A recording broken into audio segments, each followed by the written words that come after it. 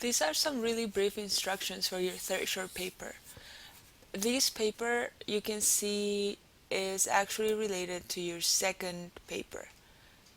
All these different things you already did for the second paper. You might need to change your thesis statement a little bit in order to talk about how you're going to recommend, how you're going to give some recommendations as to what can be done in similar cases to that of Zaytun, and in Zaytun's particular case. But and this part you already have.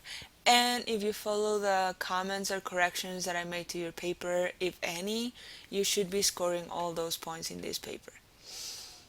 The next two parts of the essay are the new parts, but they actually are more creative and a little bit less academically rigorous.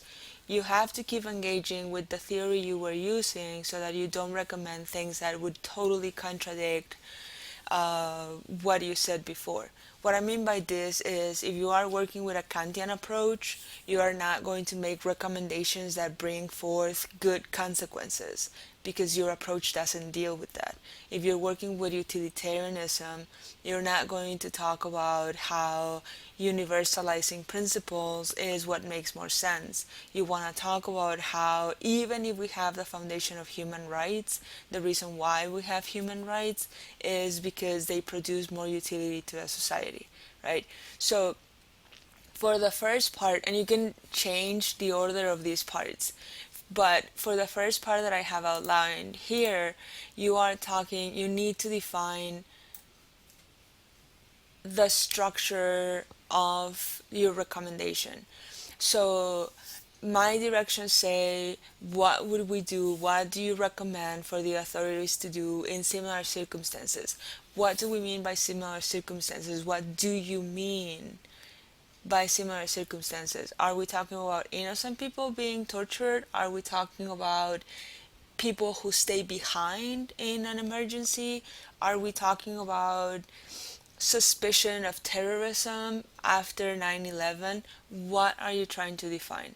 Once you define that, then you can tell us what should be done, right? How should things be presented to the person who has been arrested? Where should they be sent?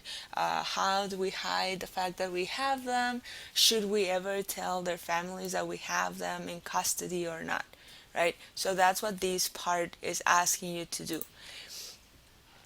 The next part asks you to come up with a recommendation for Zaytun's particular case.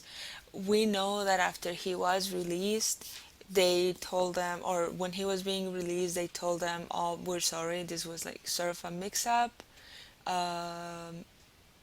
When he filed a lawsuit, they actually settled.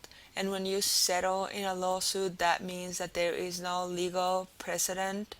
And there's usually like a side compensation, some sort of agreement that is made.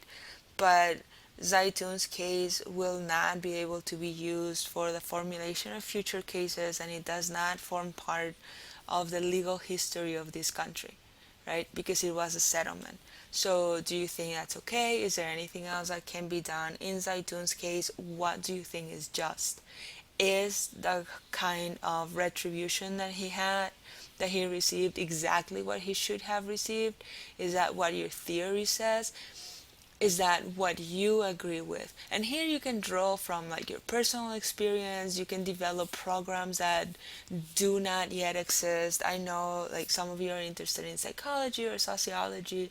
So how would we, let's say that I'm working with feminism, how would I care for this person who has been put under stress, under duress, right? So those are the things that you address here. And you can see that these two parts are 35% of your paper. So I really do want you to be careful with the recommendations that you give and that those recommendations are sufficient. That's a word that I love using because I don't have to explain it. Just make sure that when I read it, I understand what you're saying, why you're saying it, and then it's justified by the situation that you're addressing. And then all the other things is just MLA format. If you have any questions about MLA format, how to do the header or how to do the 1-inch margins, there's a video about it on my ePortfolio, so I'll just direct you there. If you have any questions, just let me know. The paper is due on Monday night.